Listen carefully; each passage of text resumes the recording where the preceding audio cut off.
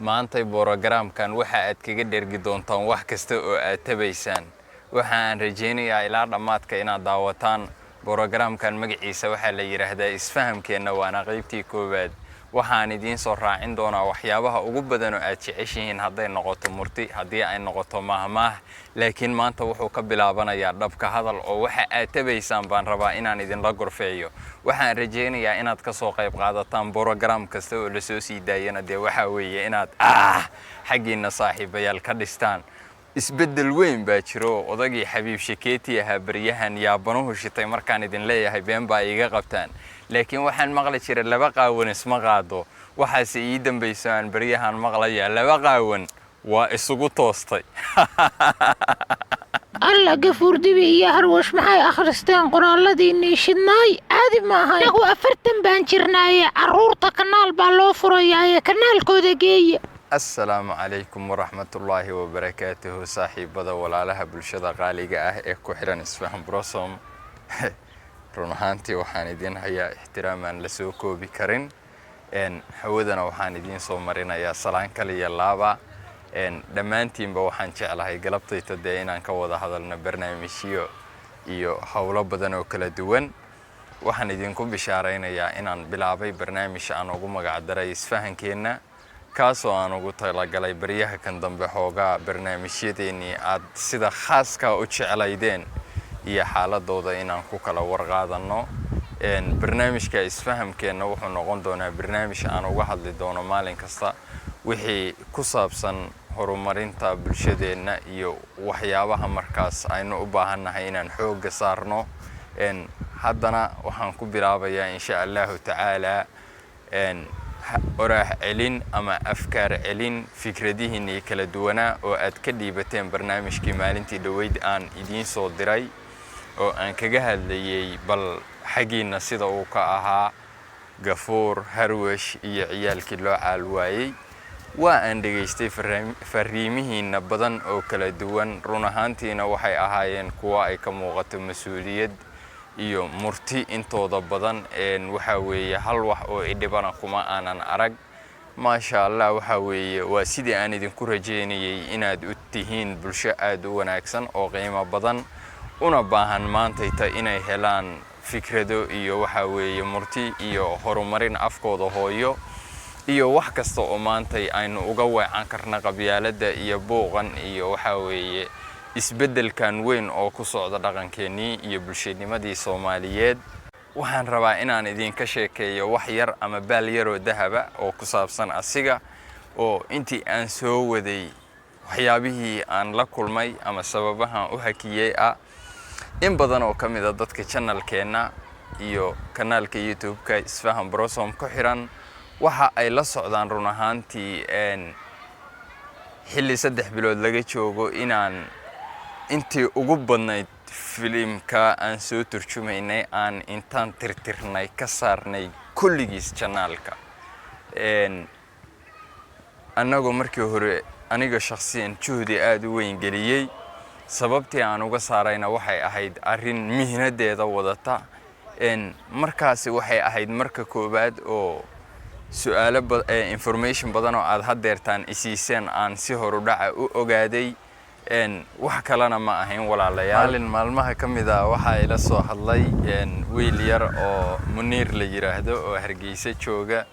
war Xabiib Shakeeti buu igu yiri waa sababaha iga yaabiye mid kamid ah baan ku yiri. wuxuu igu yiri niyow ma kula joogaan nimankii ragga ahaa? saan ku yiri haa. wuxuu yiri niyow waxaad ii dhiibtaa gafuur dibi. niyow gafuur dibi ii dhiib. okay baan ku yiri. waa u dhiibay dhac uu la hadlay. wuxuu yiri saaxiib niyow odaga aabihiin oo maskiinka buu yiri maxaad caasiga ugu tihiin oo aad u caawin weydaan oo aad waxa weeye niyadda uga jabisaan caruur waalid caasiya tihiin. marka impactigeeda ay leedahay ilmahaas yar hadalkiisu aniga qiimo aad u weyn buu ii leeyahay. ereyo xun inayna ku jirin ama wax xun ayna ku jirin waan ogahay, laakiin haddana sidaas oo ay tahay waxa weeye ilmuhuna caalamka wax u gaaro ay leeyihiin ay daawadaan baa jira. dadka waaweyna wax u gaaro ay daawadaan ay leeyihiin baa jira. marka sidaa awgeed waan ka cudur daaranayaa saaxiib. programkan program babyyaasha ama weeye wax kasta ilmuhu waxa ay arkaan age-kooda in loo daaraa fiican horta filinku filin caruureed ma ahayn wuxuu ahaa comedy ama riwaayad waxay ahayd sheeko ila qosola ragganna waa rag waaweyn oo waad ogtihiin inta ay jiraan hadda ka horna waa inagii idiin soo xusnay iyo sida ay kala yihiin waxaan ogaaday intiina badan ama inteena badan Soomaalida caruurtoodu inay daawatay run ahaantiina marka aan anigu markasta soo gelinayo YouTube-ka doorasha ku jirta oo waxa dooranaysa fiidiyowgan cidii aad ugu tala gashay hadii cid waaweyn tahay iyo hadii uu clip-kani clip ilmaha yahay al-umum ala iyo kulli xaal aan soo aruuriyo sheekada weydinkii dhamaantiin ii sheegay inay ilmuhu daawadaan de mana ahayn filin yaro ama kartoon ilmaha loogu tala galay ee sheeko riwaayado dadka waaweyn bay ahayd run ahaantii barnaamijkan isfahankeena waxa aan ku jihayn doonaa tariibkan sida aan u maareynayno hadii aynaan ka maarmin saddex qaybood baan u kala qaaday fikradihii iyo fariimihii kala duwanaa oo aad isoo siiseen waa midda koowaad waxay ahayd inaad murti iyo mahmaah ka faa'iideen waa midda labaad waxay ahayd inaad ka faa'iideen afkii Soomaaliga oo hodanka ahaa iyo ereyo aad ilowdeen waa midda saddexaad farxad aan la soo koobi karin inaad ka faa'iideen okay run ahaantii intaba waxa weeye waa la sameyn karaa wax culusna ma ahan anaana idinla jecelo shaqadii aan hayay waxay ahayd shaqo aan ugu tala galay afkayga hooyo iyo dadkayga kaftan iyo farxadna way iska ahayd walaalayaal de ninkan muxuu ilmaha ugu diidayaa inaad isleedihiin baa laga yaabaa laakiin ilmaha waxaan ugu diidayaa waxay ahayd xataa wax kale run ahaantii umaana joojin shakeetigii weynaa iyo gafuur iyo harwash oo iswato isgaadayo la isaysto waxaan u joojiyay kaliya waxay ahayd de labadan nin iyo labadan ilmoodoo yaryar iyo ninkan weyn oo odaga ah isma aanay dhalinin wax iska galayna ma jirinin de way wada shaqaysanayeen sheeko qosol ay wada matalayeen run ahaantiina waxa weeye dad waaridiisu ahaa aabe iyo ilmihiis ma ahayn marka caruurtu halka inay sheekada ku sirmaan runna oo arkaan de anigu kuma aan faraxsani sheekadu sheeko dad waaweyn bay ahayd sidaasana ilmaha ugu diidaya saasana u tirtiray dhammaan oo YouTube-ka aan inta badan uga saaray run ahaantii hadeertaan anigu waan jecelahay inaan idiin soo celiyo hadii aynaan ka maarminin laakiin waxaan u baahanahay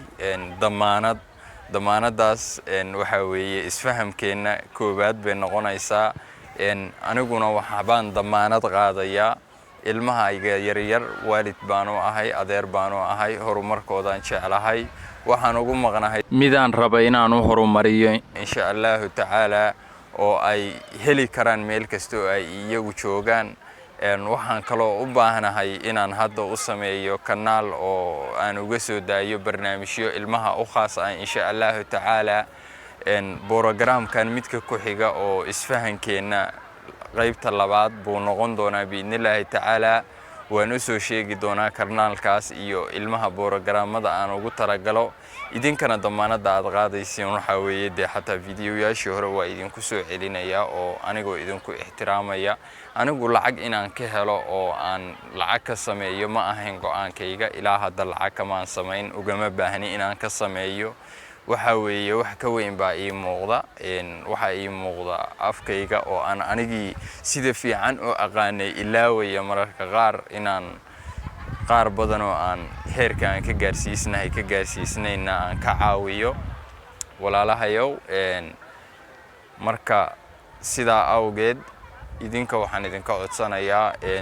maadaama barnaamijyada channelkan ayna ilma ahayn oo aniguba markaan upload garaynayo aan dadka waaweyn uga dhigo